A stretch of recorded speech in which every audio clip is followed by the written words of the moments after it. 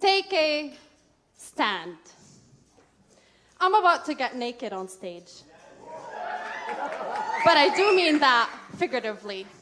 Because the best I can offer you comes from the deepest places of vulnerability. And I'm here tonight to give it my all. I'm about to share with you my Me Too experience. But I wasn't sure what details to share, what details matter.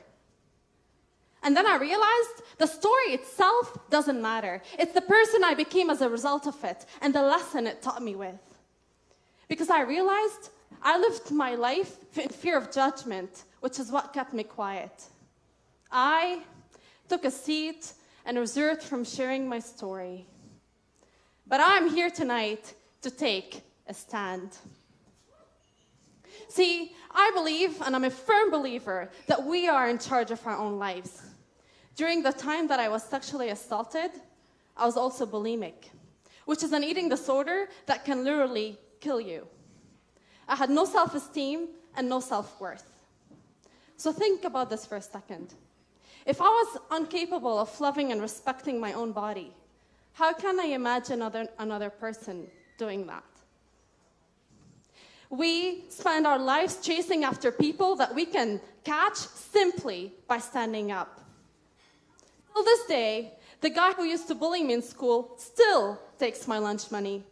But on the flip side, he makes excellent Subway sandwiches. I decided to take charge of my life and take ownership of everything that happens to me. And that's how you live an inspiring life, the day you take a stand. So how do you determine if you're living an inspiring life? How do you measure that? I thought about this question, and I came up with a formula. I equals MS squared. Inspiration equals messages shared to empower. 2 or more, if you can, because your stories are nothing but chapters in a book that continues to be written. And every day you live is but a white page that's given to you to change the course of your destiny. Because the pen is in your hands. And every lesson is meant to teach you. And your duty is to share it with the world.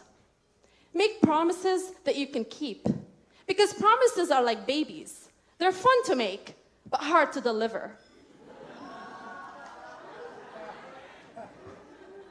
Live your life in a way that makes you proud. To be or not to be poses the question that we're faced with daily choices. And that is, do we show up and come here what we came to be, or do we just ignore our calling? Do we live our lives taking a seat, or do we rise and take a stand? So tonight, I'd like you all to take a stand. Take a stand for everything you believe in, for your values, for your worth, for the people you care about, and for the very reason you exist. Take a stand for what's right. Shania Twain said, I'd rather die standing than to live on my knees. Taking a stand is not only your right, it is your responsibility. And since the conclusion is a part where we stop thinking, I'm not going to end with one. I'm going to end with a poem that summarizes my experience in a nutshell. I looked up to you, thinking you're a man of integrity, doing everything he can. I sought you out, wanting you to be my mentor, not realizing you're going to throw me on the floor. You violated my mind, body, and soul. After what you did, I couldn't feel that I'm whole. Just because you have one doesn't mean you act like one. I blamed myself. It was my fault.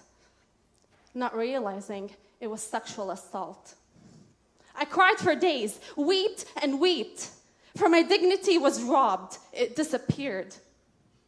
But my strength finally came through. Defeating me isn't an option given to you. Loving myself is a lesson I needed to learn. Today it's me, but tomorrow could be your turn. In life, things don't go as planned.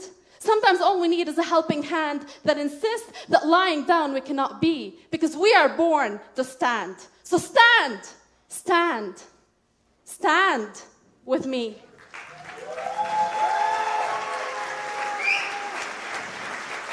Thank you.